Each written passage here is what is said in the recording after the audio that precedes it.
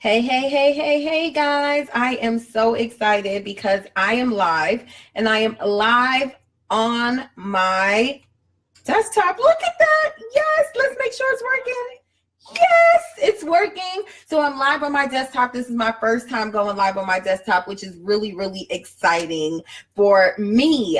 We're going to talk about two things that you need to think about when you are raising your rates. And the reason why I think it's really important for us to talk about this right now is because this is the time when most people think about raising their rates. At the end of the year, a new year is starting. Most people are working on their business plans. A lot of businesses are working on their marketing promotions. What are they going to do to bring more customers into their business, as well as what are they going to do to make more money in their business, period. This is the time of year when everybody's thinking about that. This is the time that I thought about raising my rates last year. So at the end of 2016, I basically raised my rate by 400%. And a lot of people, when I tell them that, they think that I'm crazy, but it's the absolute truth. So I went from charging a couple of $100s a month for coaching to a couple of $1,000s a month. And some people think that that's like, how could you do that? How could you just jump from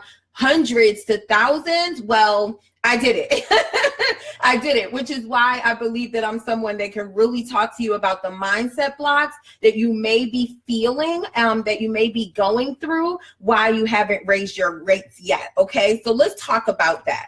Now, one of the biggest mindset blocks that people have when it comes to raising their rates is they feel that they don't have enough credibility. People feel like they don't have credibility. They haven't necessarily worked with clients one-on-one yet, right? They haven't necessarily put full force into their business yet, meaning they don't have testimonials yet. They don't have the receipts yet, right? So in their mind, they feel like, well, I don't have the credibility. Why would people pay me more? If I can't get them to pay me this, how am I going to get them to pay me more? This is something that a lot of people think about, okay? Second thing that a lot of people think about is my audience will not be able to afford me, okay? My audience will not be able, these are the two things I always hear. I don't have enough credibility and my audience will not be able to afford me. What am I supposed to do? Now, this is another thing that I thought about a lot when I decided I wanted to raise my prices because, again, going from $197 a month and trying to raise your prices to the thousands, that was nerve-wracking, right? That was nerve-wracking. So you could imagine the amount of things that was going in my head. Another thing is that I was branding myself as a budget-friendly coach. When I first started coaching, I always said I wanted to be budget-friendly. I wanted to be able to help people that couldn't afford because that's how I started, right? So coming from that way of thinking, you have to know that it was a tremendous shift that had to happen within me, all right? And that's exactly what happened. There was a shift in my brain. And when that shift happened, it was no turning back, okay? So let's talk about the first thing that I want you guys to understand. And this one goes with the people are not going to be able to afford me. Guys, people afford what they want to afford. Understand that, okay? Understand that. I learned this from when I was doing hair because there would be ladies that would come and sit in my chair that would complain about their bills, that would complain about their kids, their man, all of the complaining in the world, yet still every 2 weeks, they were in my chair. So if you guys really, really keep it real with yourself, then you know that people will pay for what they want. Period. Okay. The second thing, matter of fact, let me tell you guys a little story because my title, what I really want you guys to think about is being very unapologetic with what you charge when it comes to your expertise. Okay. So another story, when I was doing hair, I had a friend and she is still my friend up until this day. However, I know the type of friend I have and I accept her for who she is, right? So I had a friend and I started doing hair in my house. I was not a licensed cosmetologist or anything like that. I got laid off of my job and I decided to start doing hair to make some extra money. And I started doing hair at home. So of course, the minute you start doing hair, all your friends want to come to the house and they want to come get their hair done too. So one of my friends, she would come all the time, and I was big on doing weaves, right? So she would come all the time to get her hair done. And she was a registered nurse, okay? Me, single mom on welfare, no money, doing hair in my house because I got laid off, and my registered nurse friend would come and get her hair done. And I remember one time I was going through it really bad with my bills, and I felt uneasy when she left my home because she never paid me. She never paid me. She would come and she would get her hair done. She never paid, and I never asked because I looked at it as it's my friend, no big deal. We're hanging out. I'm doing her hair. Well, guys, when I went through that little moment where I really needed some money, all of a sudden something inside me switched and I started to feel resentful of my friend, okay? To the point where, being that I'm such a straight up person, instead of talking about her, I called her and I'm like, listen, you come in here, you doing your hair all the time. You won't even give me a tip. What kind of friend are you? And you're the person who I'm always telling my problems to. You're the one who I'm always telling the struggles that I'm going to. Why wouldn't you not think? Why wouldn't your conscience tell you to give me something? This is a huge argument that I had with my friend. My friend then turned around and said to me, and guys, this was the hurt piece, okay? Because this is transparency, okay? The hurt piece was when she turned to me and said, well, what do you usually charge for weaves? And I was like, well, $100. And she said, well, I wouldn't pay $100 for the weaves you give me. Guys,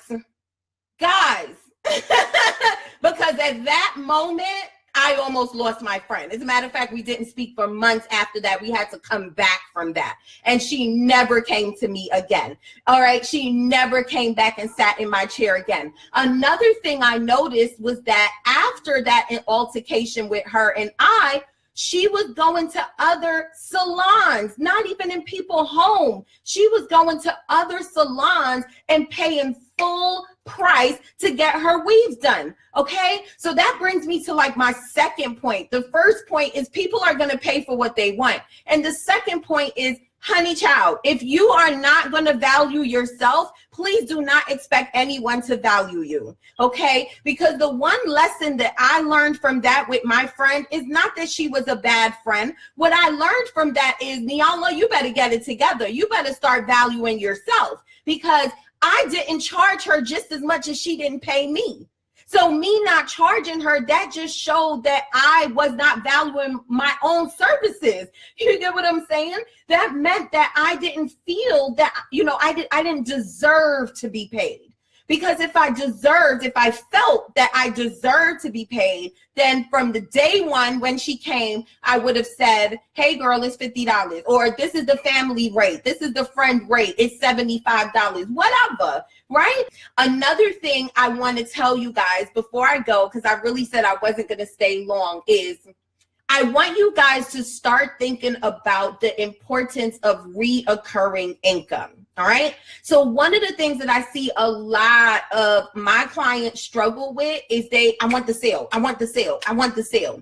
They want the sale so bad. And I get it. Some of us been working for years that just getting one sale will let us know that we're doing the right thing. I get it. However, if you want to level up financially in your business, it's not going to happen in one-off sales. It's going to happen in reoccurring income, okay? It's going to happen when you have one person paying you a certain amount of money every month, okay? So one of the things that I used to struggle with when I was in the work field was I lived paycheck to paycheck, okay? So the minute the paycheck came, I already knew what bills had to be paid. It was like spoken for, okay? spoken for. So by the next day, my money was done because I already knew where it was going, and it would just be to wait until the next paycheck comes again. And then when I started coaching, I realized that I was doing the same thing. I was waiting client to client. You know who struggles with this? Website designers. You know who else struggles? Graphic designers. They struggle. They do more one-off logos or flyers rather than looking for monthly prices. Or website designers, they'll say to you, well, I'll fix your website, but they'll never have a program there that will let you pay them every month so they can keep the website up. So that's monetizing. They never think about those parts of your business that you can make more money by having reoccurring income coming in. So that's something I want to leave with you, because the next time I come to you, we're going to talk more about that. Guys, you got to go from having that fixed mindset when it comes to money and realize that the monthly income is where you're going to see a difference in your business. All right, guys, so I'm out. Thank you so much for being with me today. I will be back tomorrow. I really enjoyed doing this whole desktop live. I'm going to look at the replay. If it looks good and everything, I'll probably do this again, because look, my phone, I finally get to see the comments, but whenever I go live on my phone, I can't see the comments. So I might do this again if it looks good. All right, guys, don't forget to share. And again, thank you so much for joining me. I'll see you guys soon. Bye.